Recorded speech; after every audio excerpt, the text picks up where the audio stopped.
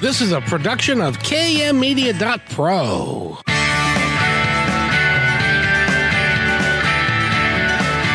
Welcome back to Positive Talk Radio.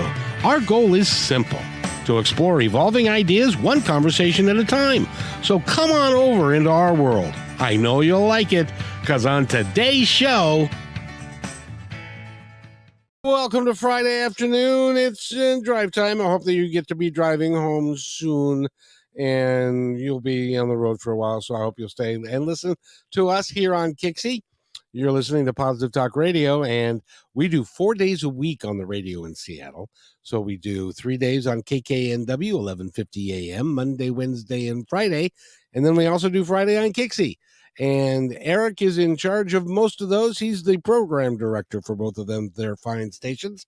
And I want to say hello, Eric. How are you? Good afternoon and happy Friday, Kevin. We made it through another week. Boy, no kidding. Sometimes they're harder than others. Have you noticed that? Absolutely. But hopefully it was a decent week for you and for our listeners out there.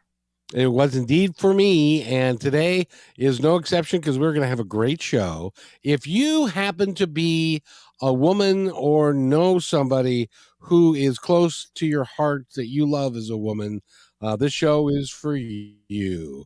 What do you think about that, Eric? I've been practicing that all day long.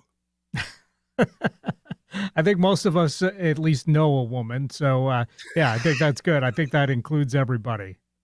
Yeah, I think it doesn't indeed. And the gal that we have with us, she has been on ABC, CBS, Good Morning Dallas, been on radio broadcasts, CBS Good Morning.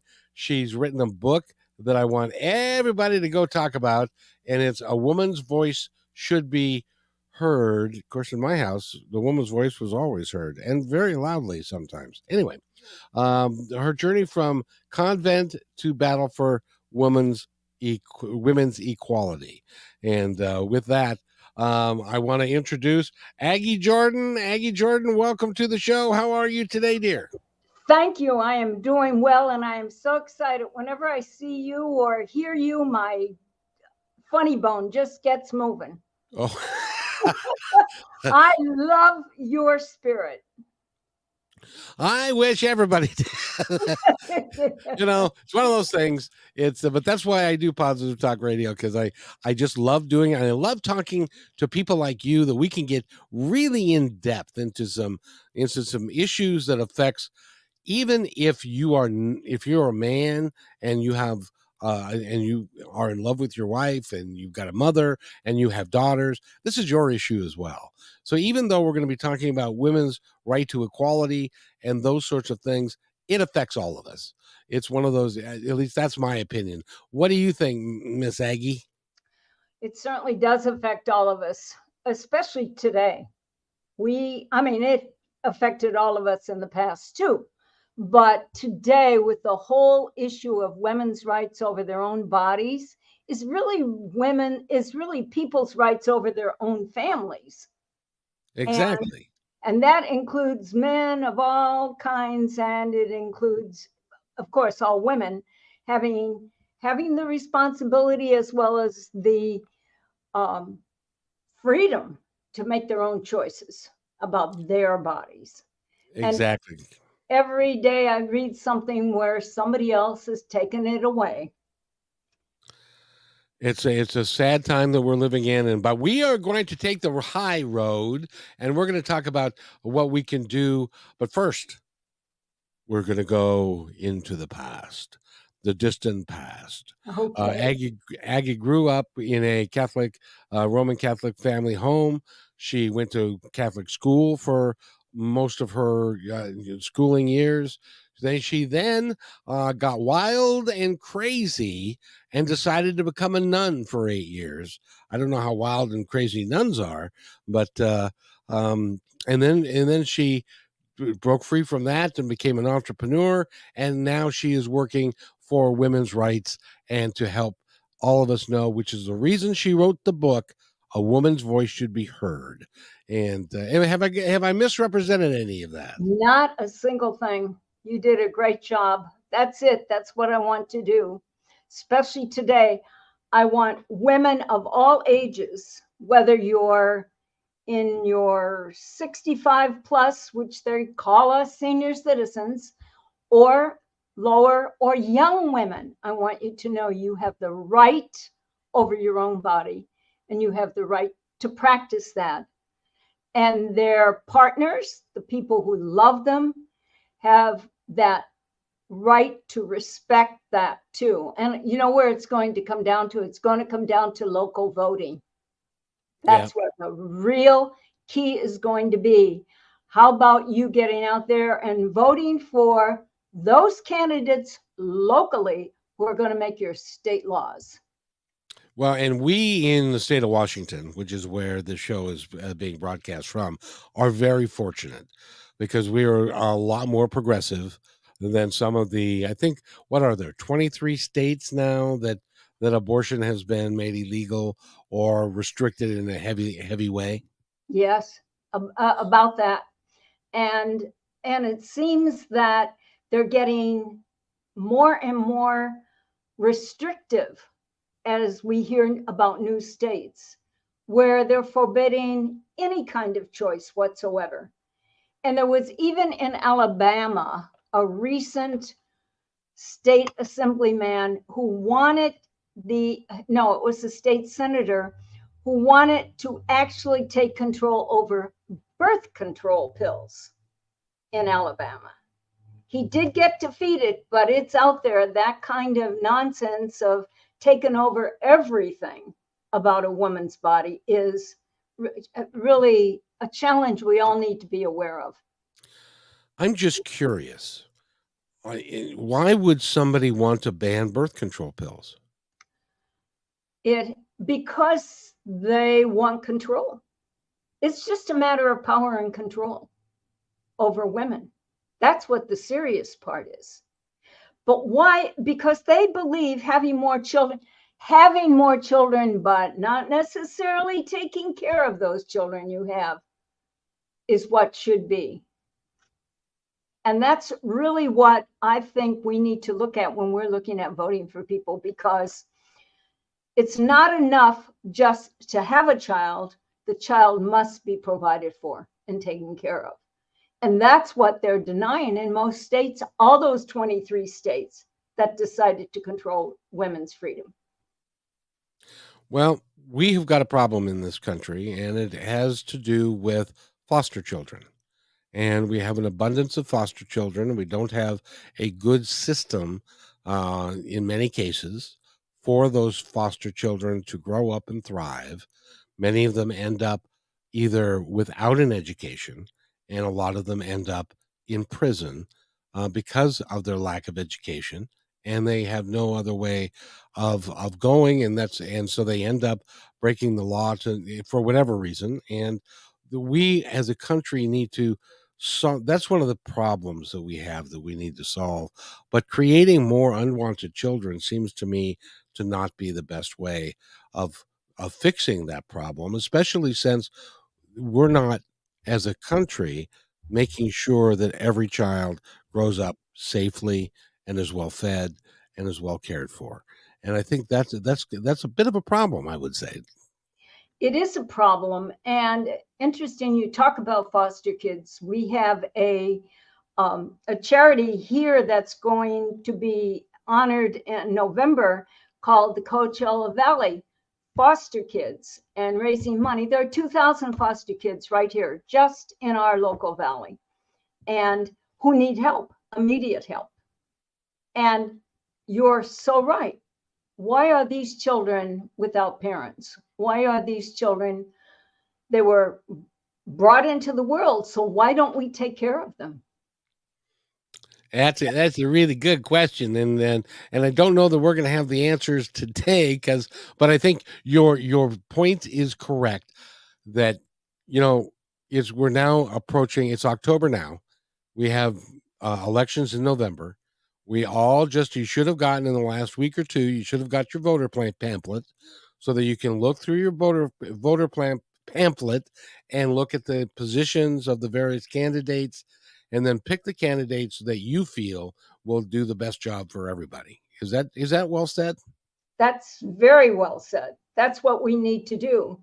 And then we need to go out and listen to these people. When they're someplace near you, make an effort to hear them and ask them questions. Do they really support what you believe in?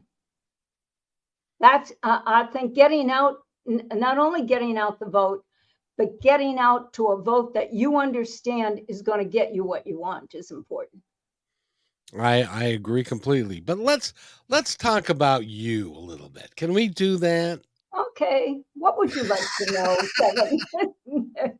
What's it like? Because you were 17 years old. You'd gone to Catholic school your entire life, wore that cute little uniform, and I assume. And We didn't have uniforms. oh, you didn't have uniforms. Oh, well, good. We didn't. Oh, well, very good. Well, I stand corrected. But then, Well, there's some exceptions, and that was one. oh, and then you went right into the convent. What made you make that decision to leave high school and go right into the convent? Well, I was raised in a Catholic, very dedicated Catholic family where we went to Mass every morning if we could. Certainly kids went to Mass before school because then they went right into school. And as I grew up, I went to 12 years of Catholic school. I also had a mother who had a brother, a priest, who emphasized that the ideal in the family would be to have a nun or a priest, a child who would be a nun or a priest. And I guess I bought that.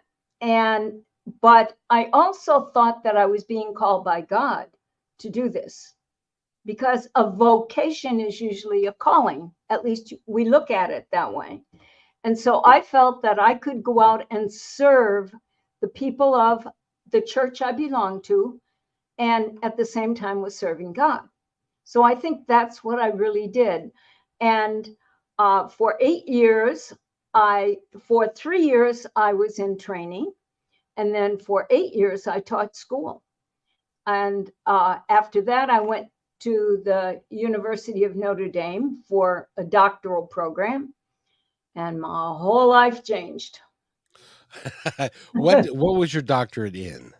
The administration of higher education. I always say I learned how to be a dean and a president. And just a couple of years, I didn't like it very much. So that wasn't really what your calling was. And you ended up being an entrepreneur. Tell us about that. I did end up being an entrepreneur. I actually worked, I moved from the college to General Motors, and then from General Motors to Martin Marietta, where I met my husband. And at that point, we met and married in 6.5 weeks. And I'll tell you, we just celebrated our 49th anniversary. Congratulations. That is 6.5 weeks, really? Yeah. And if my kid came to me and said, or any of our grandkids, we want to get married, and I only know them for 6 weeks, or actually I only knew them for 4 weeks when we got engaged. Well, what do you think I would say to that kid? You'd say, heck no. Heck not, over my dead body. But I was old. I was much older, and my husband had been married, and my husband's from Seattle, Robert DeLaurenti, and we felt that we would work at making this work, and we did. And so we came to Texas, and I thought, I need to find out what I really am about. Can I start a company? Can I teach management that I've learned? And sure enough, the company started. And after 21 years, I was able to sell the company, and we had 500 employees. Wow. 500 employees. Of course, I can't give the whole story away, Kevin. No, because that's part of the book. Yes, it is part of the book. And the name of the book again is A Woman's Voice Should Be Heard: My Journey from the Convent to the Battle for Women's Equality. And it was at Notre Dame that I became a feminist. Let me tell you a story about that. as a graduate student, we would attend lectures by foreign professors who would come in, and this one was from Germany. He had just attended the Vatican Council and came to tell us how the Roman Catholic Church had changed with that Vatican Council that was held in the 60s. Most of you probably don't remember that, but so he said to us, I want you to know that the men are the action makers in the church and the women are the receptacles. That did not go over greatly with the women in the audience. He said that from the pew, from the pulpit, from a lectern, you know, and there were 1,000 people at that lecture. So I thought, well, he's right, but that's not change. That's what's going on right now, but that's not change. We don't take, but we in the convent were very much action makers. We were the ones who were teaching the students. We were the ones that were getting things done, whether we were in as teachers or nurses or whatever we were. So we resisted that. I returned to my dorm, into the lobby, and in that lobby are practically all the residents of the dorm, the lay women and the nuns. And in the front was this woman. She was a nun, but she was dressed in regular clothes, and her name was Sister Suzanne. And I walk in and hear, how dare he? And I think, who's she talking about? And she repeated, how dare did that theologian get up there and tell us we're receptacles, as though we do no act. Oh, and she went on. And I thought, wow, who is this woman? Who are these women among me in the audience that were clapping and saying, how dare he? They were repeating. That was the beginning where I began to see myself as different from those women, and I wanted to be like them. I wanted to understand what was going on in this world with women and why women were being put down like that. That was the beginning. So this was in the 60s? This was 1967. Holy, well, the summer of love. Sorry. and Haight-Ashbury and the Beatles and yes. Sgt. Pepper's. Vietnam War. The Vietnam War was raging at that point. That's right. 67, and then the Gulf of Tonkin, I believe, was in 68, and then all heck broke loose, and then of course the Kent State and the protests, the anti-war protests, and the burning of your draft card, and there's a whole, and you said in the 60s, and you might not remember that, there's a whole generation that has no idea how divisive and how difficult the 60s were for all of us that were interested in positive change. I was younger than you, a little younger than you, but I was old enough to witness the high school and the college kids and the young people and women that were, you remember Gloria Steinem and the bra burning times and all that kind of stuff. And you grew up in that time. That was an interesting time, wasn't it? That was a very interesting time, but it was also a difficult time. Oh, no question. It was the beginning of people taking stands that many people in our society didn't agree with. Yes. And it was going to change the life of men. And it had to, because women had to be regarded as human beings and capable. And so it was going to take some of those jobs away as women entered the workforce. It was going to take men were going to have to handle some family duties they never handled. So how do you think they felt? Not real happy about that, because my dad came from the previous generation, and we're going to talk about that when we come back. By the way, we're talking with Aggie Jordan. She has got a book out. It's called A Woman's Voice should be heard. Go to her website, which is AggieJordan.com. You can get all the information about her. You can get the book, and she'll even assign a copy for you and send it out to you. So that's pretty cool. Aggie, we need to take a quick break. We'll be right back. You're listening to Positive Talk Radio on KIXI. Do you need to boost your sales? Join our partnership program. Each quarter, we promote 10 partner businesses. What will you get? The company will produce one 30-second video for your business. Your website links on positivetalkradio.net and kmmedia.pro. One dedicated podcast or radio show per month. One video Instagram reel. One YouTube short. One 60-second clip for social media taken from your interview, and at least one commercial airplay per show. All podcast and video commercials are within the fabric of the show and will remain in the show forever. Visit kmmedia.pro to book a consultation today.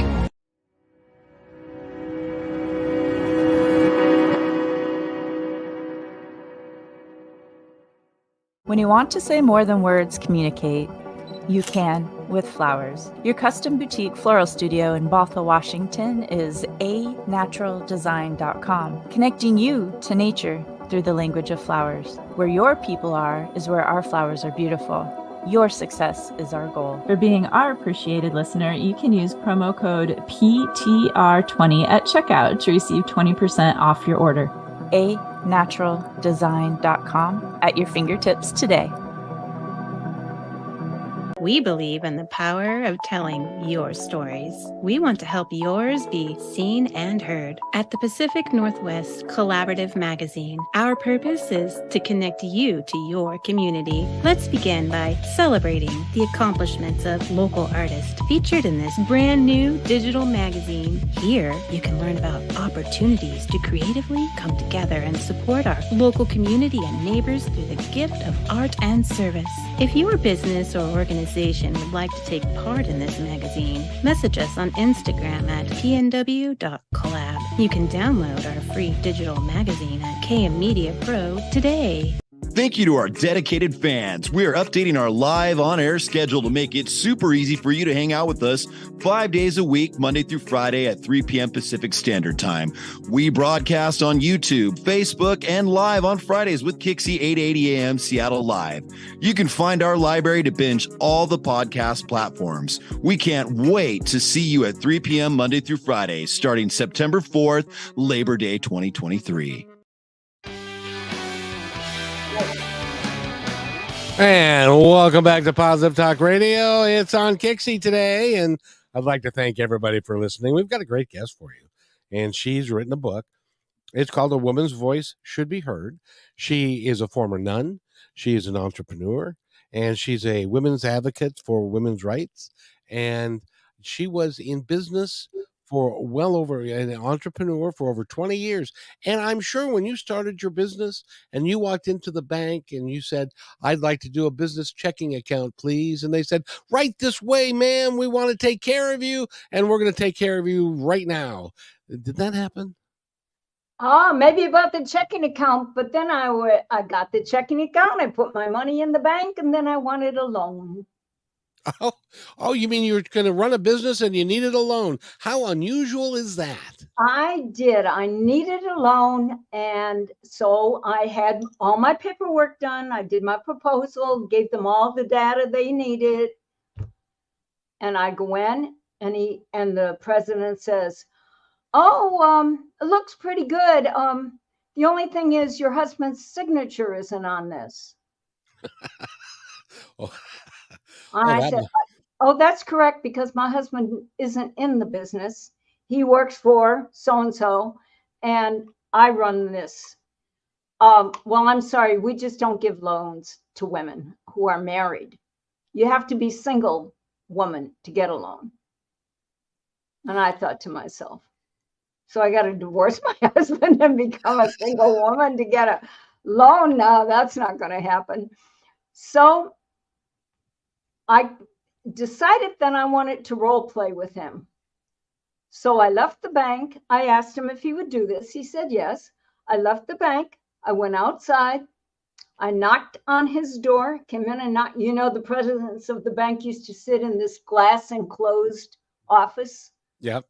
So I knocked on the door. came in and I introduced myself as a single woman. How brilliant. And I said, I would like you to read my proposal. And gave him my name and that my status, and I had been in business a couple of years and I would need this money. And I had a couple of contracts to back it up. He went through, he literally took his pen and went through the whole paperwork while I'm sitting there. And he looked up at me and he said, I don't think I would say that my board are, oh no, they're not prejudiced. Oh no, I don't think so. And I couldn't figure out what he was saying. He said, oh, no. I said, will you give it to your board? Will you give me a chance? He said, yes, I will. And he did. And within a couple of days, I got an answer of yes, they would give me a loan. But only because they saw their own prejudice with the law. By the way, the law had changed and they in the Texas banks just didn't honor it. The law had changed in 1975 and this was 1979, 78. So even in 1978, 79, you were considered a second-class citizen if you didn't have a husband. No, you were considered, you were second class, but they were willing to support you because nobody else could give you the money and they knew they could be sued. But they always demanded that the partner, the husband, the whoever, sign. And for many years, wives had to sign for husbands. But the law took care of that and said it just shouldn't be that way, you know. So you were started out really in the 60s, and I would really love your assessment of how women's rights have changed over the years and where we are today versus where we were then. Most people over the age of 60, I would say, had thought we made a great deal of progress with all the work we had done. We had done all kinds of work. I have this t-shirt that my dear friend Diane sent me, Diane Patterson, and on it said, I am woman. I am invincible. I am tired. And we were tired. We had done all the work, and then we get into June of 2022 when the Supreme Court decided to change all that again, and we recognized the fight is back. The fight is here. Are we going to support our young women, our women of childbearing age in this whole, and their partners and husbands, to support them when nobody's supporting them? Today, there was a story of a woman who had to travel from one southern state all across the country to California, I think it was to Colorado she came. Yes, and she was bleeding and they would not take her in her state. They wouldn't take her. The stories are just horrible. They are ridiculous. Well, this is one of those things, and I want to see if you agree with me. This is one of those things about unintended consequences, because when they took back this law and said that basically what they said was that this is a states' rights issue and it should go to the states, and that the states should then decide but that left a whole group of decisions that the states would make that were not in keeping with what Roe versus Wade was all about, and they became very restrictive, and in some cases, even in the case of rape or incest, that there was no relief available to people, and doctors. One of the unintended consequences is that gynecologists and doctors were afraid to help women whose fetuses were in trouble, or had in some cases passed away or were not viable, and they were frightened to take action as well. So it became a very big problem. It is a very big problem for everyone. What do you see us being able to do to get over this problem and to get things back? Is it a national referendum that needs to happen? Is it local? Is it both? Ideally, it should be on the national level. It should be back to Roe versus Wade is part of the Constitution, and we are provided by that 14th Amendment. But it's already happened that it was denied. You'd need a whole different Supreme Court to overrule it. And number two, you really need to change your state representation. That's the immediate thing we have to do, is change your state representation who are making these rules. Is it your state assembly? Is it your state senator? And I live in California and you live in Washington State. And we have simply a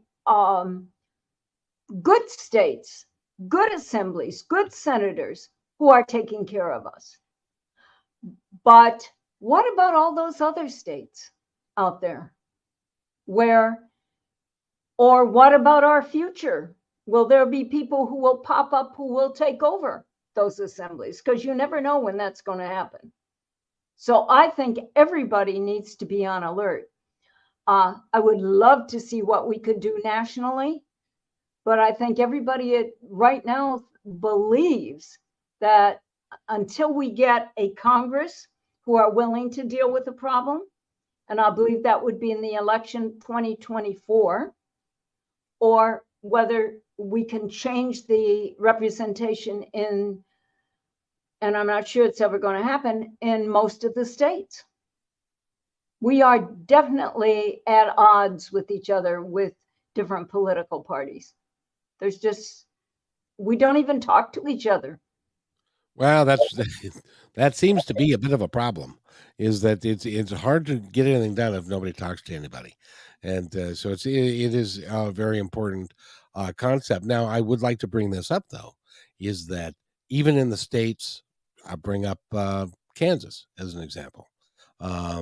And in many other states where these referendums have come up to change the state constitution, where the state constitution enshrined women's rights as part of the Constitution, and they've brought up these votes to try and overturn parts of the Constitution, and they've all failed because it's not what the American people want.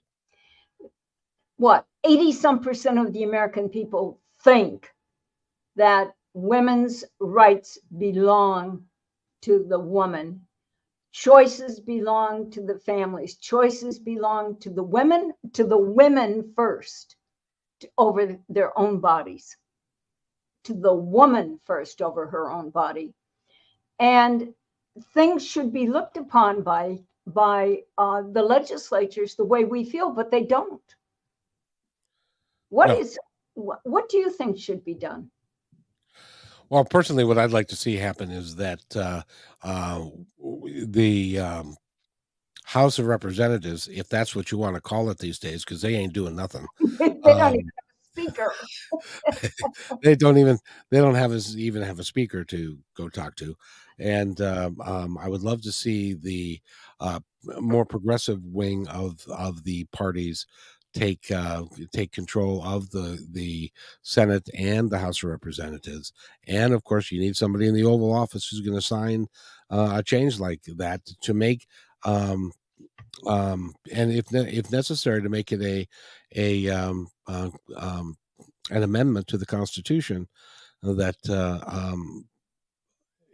a woman's right to her own body should be enshrined in everything. Because when we don't do that, it's just kind of a slippery slope, I think, that we can end up, this is not really what Positive Talk Radio is supposed to talk about, but in any event, it's an important topic.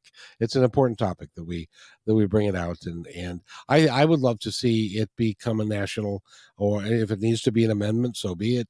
that it become an important thing, because people, my issue with it is people are dying. People and babies are being born that are not being taken care of. And there is no mechanism in many of these states to take care of them. They're not changing those laws. And so we're having more kids that are going to have more problems growing up. And as they have problems growing up and don't get the education, and then they end up being incarcerated, and it's a never ending cycle, and it's not good. We have to fix it, and we need to take care of everybody. You know, you mentioned unintended consequences. Some of the unintended consequences are that other things besides abortion are not being taken care of with women, because gynecologists are fearful, because nurses are fearful, because doctors in emergency rooms are fearful in these states of having their license taken away, of being in some states they'd be accused of a felony. I know. And they're very fearful of the consequences of this whole decision to put it in the hands of the state. But you're right. But let's think about Positive Talk Radio, because it is positive talk to help people. Yes, that's the primary reason that we're here, is to help folks. And one of the things is that I've always believed, and I'll stand on this forever, that that abortion should be safe, legal, and rare. We should have education in the schools to teach people what causes people to get pregnant, as an example, and that we should all be working together to take care of all of our citizens, those that are intended and unintended, and to be taken care of. And we're not doing any of that, and we're arguing with each other rather than helping each other. I think so.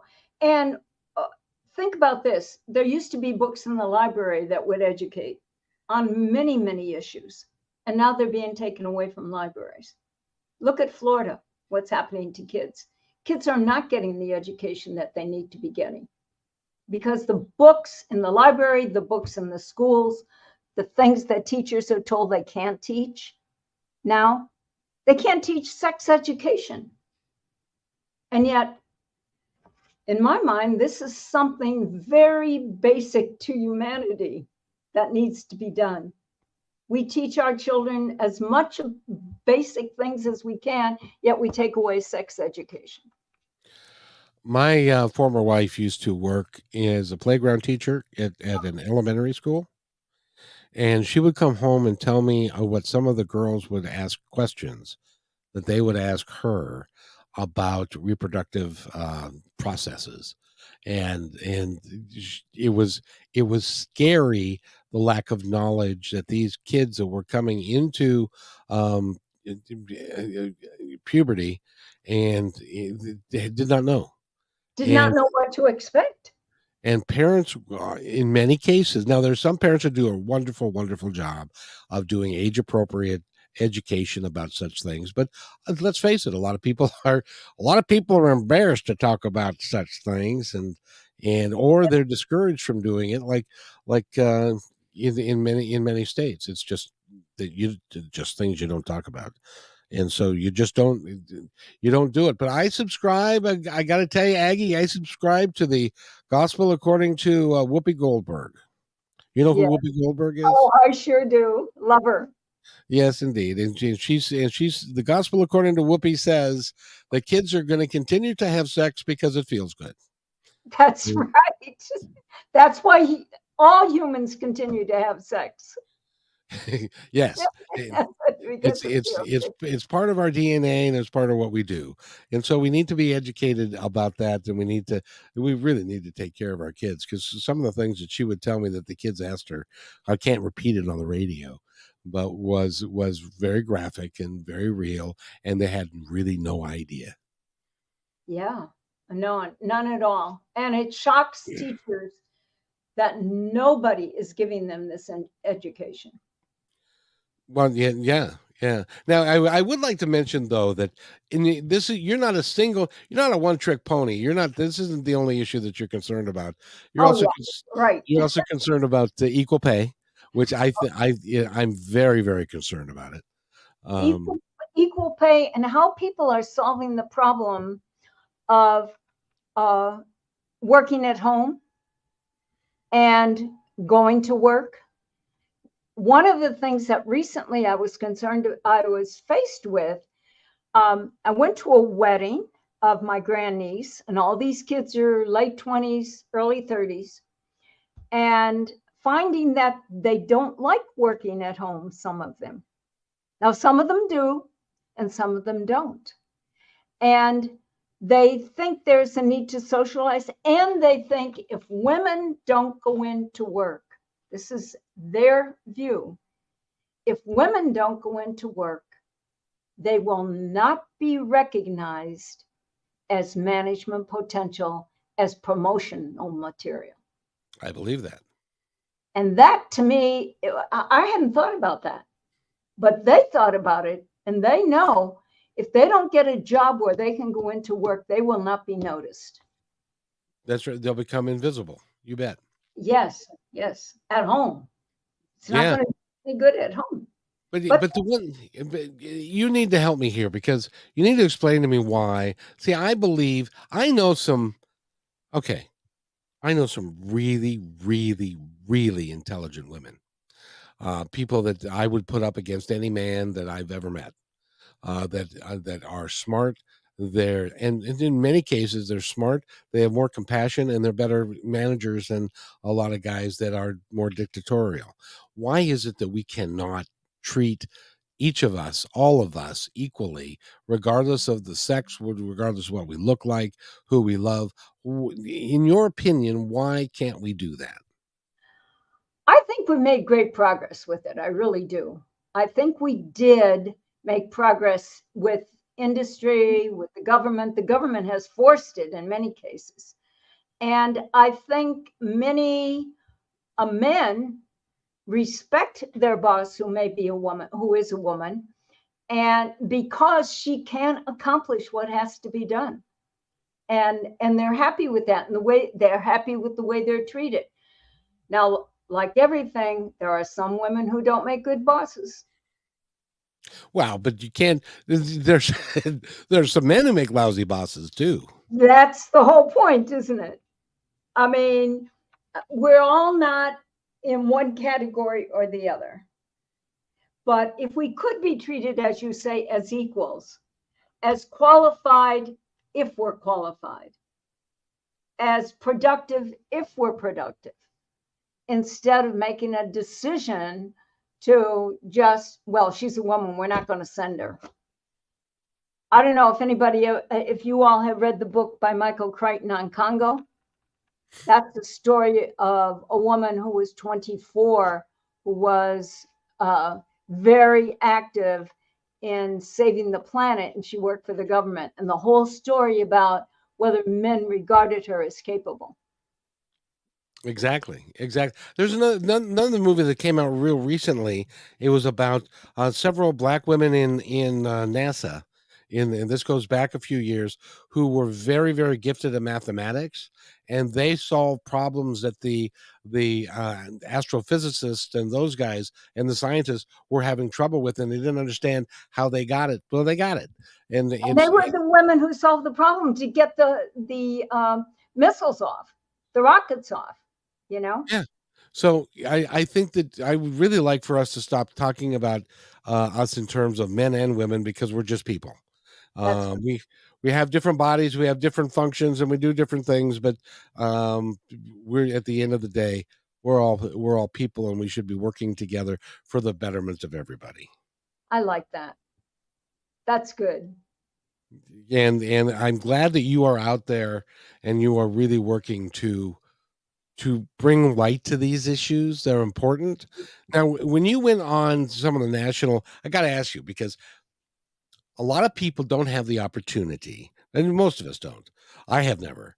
I've been in media for a while, and I've never had the opportunity to be like in a national television show being a guest on a national television show like you have, like I think it was Good Morning America, when you would CBS, Good Morning CBS talk show, whatever it was in the morning. yeah, they've got the three in any event. But what's it like going into one of those and being in the green room and having people go, Miss Jordan, would you like something to drink? Miss Jordan, would you like to have some coffee? How about a Danish? They're good today. It's nice to be treated kind of special by them. It really is. And I was treated very well when I was on that show. And, I met people like Brian Gumbel and, just people who kind of had been in our room through the television for years, So it's kind of exciting to meet these people, and but it's very short period of time when you get on national TV. It's hopefully you can take advantage, and it's very powerful, but it's temporary. Yes. And it really depends on, like, you get to talk almost every day of the week to an audience. Yes, I do. When you think about that, and you get to express yourself, and people hear about you and they know your name. Well, when you go on national TV for 5 minutes, or I think it was a little longer than that, but not much, that's all the time you get. I noticed that Cassidy Hutchinson, the woman from the Trump era, who was on TV, she was on every broadcaster, I think, in the country, interviewed her. When have you seen her last? They suddenly disappear. So it's a thing about temporary, isn't it? Life is temporary. Well, the interesting thing about that is, you mentioned Brian Gumbel, and there are lots of them that you recognize their faces, and you think that they have extraordinary lives, and they have all of it. The fact of the matter is, they're just they got a job, and their job happens to be in front of a camera, and they happen to be good at smiling, and their teeth are straight, and they can say 2 words together at the same time, and that kind of thing. And so they get to be on TV, but they're just people. They still have they still don't want to get up in the morning. Some of these people get up at like 3:00 in the morning for like years. That's right. And actors the same way. It's we're all just people performing different acts, and we need to be treated equally that way. And all of us need to, athletes, and athletes are a whole nother thing, because I think they're wildly overpaid, and that money should be going to teachers and into infrastructure and for anyway. So I digress, but it's great to have you here. You are a remarkable lady. You've had a remarkable life. When you look back at your days and all of your life, what would you like people to remember you for? Oh, wow. I haven't thought about that. Well, you're far too young to think about that, but it just popped into my head. Maybe I should. I guess for caring about our country, what we believe in, for going outside and taking risks to help myself and help other people live a better life. If we don't make some contribution to humanity, what is life all about? I mean, it doesn't progress unless we make that contribution. And, I'd like them to remember that I was a volunteer after I retired. And that I gave my time and my effort. And you have created a legacy. And the name of the legacy is A Woman's Voice Should Be Heard. Did you like that segue? A Woman's Voice Should Be Heard. My journey from the convent to the battle for women's equality. Get the book. It's an important book. And I dare say that this is what's going to happen is, and Aggie, this is what you should be so proud of, because you've put your heart and soul into this project. and that is sometime in the future, be it a year, 6 months, somebody's going to pick up that book that's going to be on somebody's coffee table, or it's going to be in their library, or it's going to be at a secondhand bookstore in 20 years, and they're going to pick it up and they're going to read it, and it's going to resonate with them, and you're going to change people's lives, and you're going to help people live to the fullest that they can every day, and that is so important. That's what we need. Thank you so much, Kevin. This is fun, man. I know, and I get to do this every day. Isn't that cool? Oh, you're so lucky. I know. I really am. Really, yeah. Seriously, I think it's wonderful. You're really making that contribution that I think I want to be remembered for, changing people when they want to be changed, changing their lives by giving them information, by helping them. If we can help people realize that they've got it all within themselves, that they can become whoever it is that they choose to be, by just being themselves and opening their hearts to each other. I say this all the time, but it bears repeating. When you go to the grocery store, smile at the clerk. It doesn't hurt you, but it can make their day. They might go home and when they're making dinner for their family and say, "You're not going to believe it, but I was doing the checkout and this lady came up to me and she smiled and said hi. I almost fell over," because it doesn't happen all that often. We need to take care of each other. Yeah. And Aggie, we've just got a few minutes. By the way, go to AggieJordan.com. You can find out all about her book, everything. But we're going to run out of time here in a few minutes. By the way, I did forego a break because we were having such a good time. I didn't want to run that, so I just thought I'd let Can I say one thing? I was going to set myself aside and give you the floor to say anything that you'd like to our audience. I would like to say to all of us, when you talk about listening to yourself, being true to yourself, I think it's so important for those moments of choice when you get that little secret message inside yourself. Maybe I shouldn't do that. Maybe there's something wrong. Yeah, I'm gung ho, I'm going to do this, but something says it might be wrong. To be true to yourself, to follow the message, to follow that voice inside yourself, and continue to examine. I think that's really what makes the choice of a partner very important. Examine those signals you get from someone. And I say this to young people, I hope they're listening, that it is when you pick the right partner in life that your life will be happy, whether that partner is a friend, a partner who is someone you're married to, or a partner you just choose to love. I think it's very important that you choose someone and you look into it very carefully. I think that's the positive side of life. Absolutely. And I choose for my partner to be a dog. You know why? I love it. They're always happy when I come home. They've never had a bad day where they say, "Boy, the cat escaped and I couldn't chase him, and boy, what a day I've had. Boy, oy, what a day I've had." And they never do that. They're like, "Hey, look, he showed up again. Isn't that cool?" And stuff. So it's but you got lots of support. Oh, absolutely. And we all do. Yes. We all do every day. We all have lots of support from family, friends, from our spirit, from every angle. We are not alone, nor should we feel like we are. Right. Thank you so much.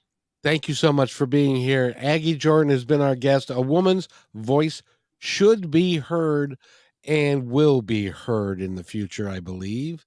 Her journey from the convent to the battle for women's rights and women's equality, which is two different things, but they're the same. And I want to thank you for being here. And you'll need to come back, and we'll need to carry on and talk about this more, because this has been an interesting discussion for a lot of women out there. Well, for a lot of all of us, I think. I hope we get some good feedback. You get some good feedback. I hope so too. And if we don't, it doesn't matter, because whoever needs to hear the message today, they will hear the message. That's And true. you're going to hear it on whether it be on Kixie, whether it be on KKNW, YouTube, Facebook, Twitter, any one of the podcast channels. This episode will be up. And by the way, this episode will be up forever. So Oh, nice. I Thank want you. to thank you so much for being here. And I want to thank everybody for another great week. We've got a great week next week again. On Monday, we'll be here at 3:00 on KKNW. And I want to thank everybody. I hope everybody has a great weekend. And by the way, go Huskies and go Seahawks. Be kind to one another, because Okay. each other's all we've got. We'll see you Monday.